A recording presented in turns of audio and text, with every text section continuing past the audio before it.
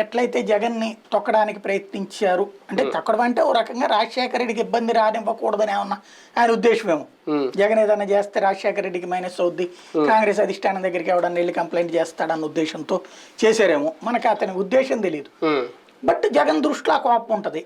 ఇప్పుడు సాధారణంగా మనకి ఇళ్లలో ఏది పిల్లల మీదన కంప్లైంట్లు చెప్పే అత్తో లేకపోతే మా అమ్మో ఇట్లుంటది. ఆ పిల్లలు పెరిగేటంత కాలం వాళ్ళ మీద కోపం పెంచుకుంటూనే ఉంటారు. వాళ్ళు వచ్చేంత వరకు ఆ కోపం అట్టాగే ఉంటుంది మనం అబ్జర్వ్ చేస్తే. అట్లాగా రాజశేఖర రెడ్డి కుటుంబంలో విజయమ్మ గారికి వాళ్ళకి పాజిటివ్ ఉండొచ్చును, కానీ కేవీపీ మీదన జగన్కి ఒక కోపం ఉంది. ఎందుకంటే జగన్ నాకు బాగా జగన్ వీళ్ళ వ్యవహారాలతో క్లోజ్గా ఉన్నటువంటి ఒక మనిషి చెప్పింది, మేము కలవబోతుంటే మీరు కలవడానికి లేదు వెళ్ళిపోమని చెప్పేవాళ్ళు, మళ్ళీ రెండోసారి మమ్మల్ని కలవనిచ్చేవాడు కాదు అక్కడ అన్నటువంటి చెప్పిన వాళ్ళు ఉన్నారు 2-3.